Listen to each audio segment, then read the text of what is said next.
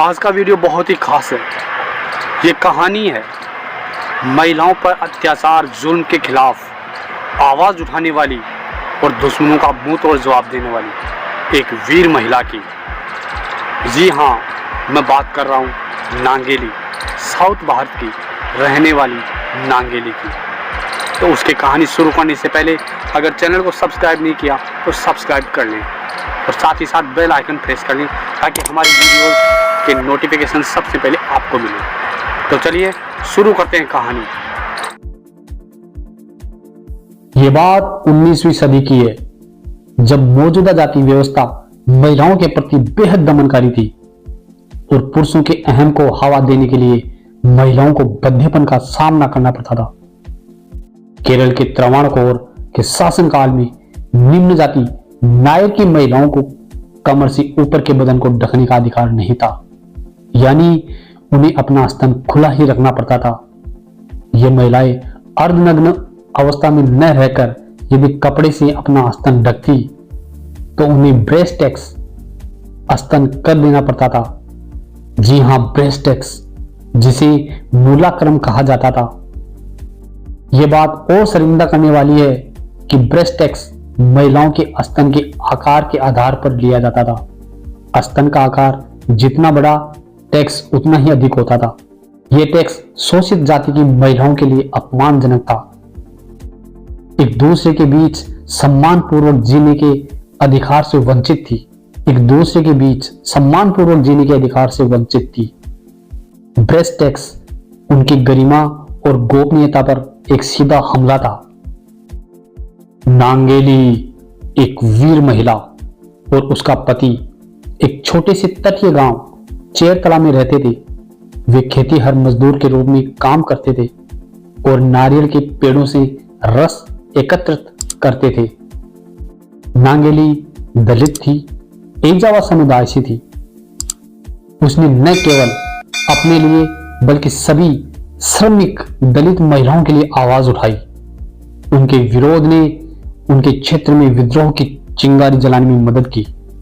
नांगेली ने महसूस किया कि उनके समुदाय के साथ अन्याय हो रहा है। टैक्स के बोझ के कारण उनके पास दिन के अंत में खाने के लिए बड़ी मुश्किल से मुट्ठी भर चावल का इंतजाम हो पाता है। आसपास की महिलाओं की स्थिति दिन प्रतिदिन दयनीय होती जा रही थी और नांगेली का अन्यायपूर्ण और अपमानजनक टैक्स के खिलाफ गुस्सा फूट पड़ा।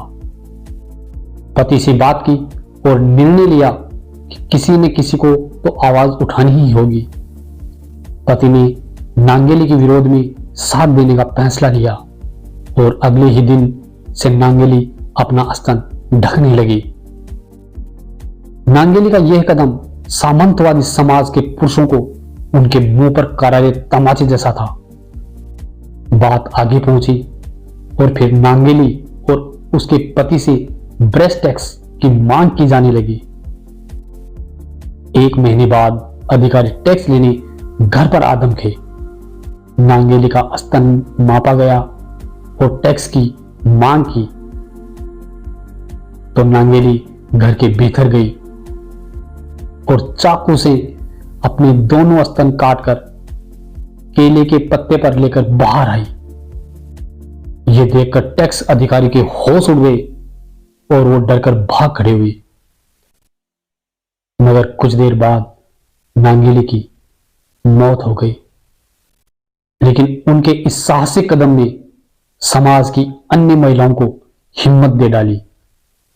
26 जुलाई 1859 को राजा के एक आदेश के जरिए स्तन कर ब्रेस्ट टैक्स कानून को बदल दिया गया और इस तरह नांगेली के बलिदान से महिलाओं ने अपना हक छीन कर वापस लिया।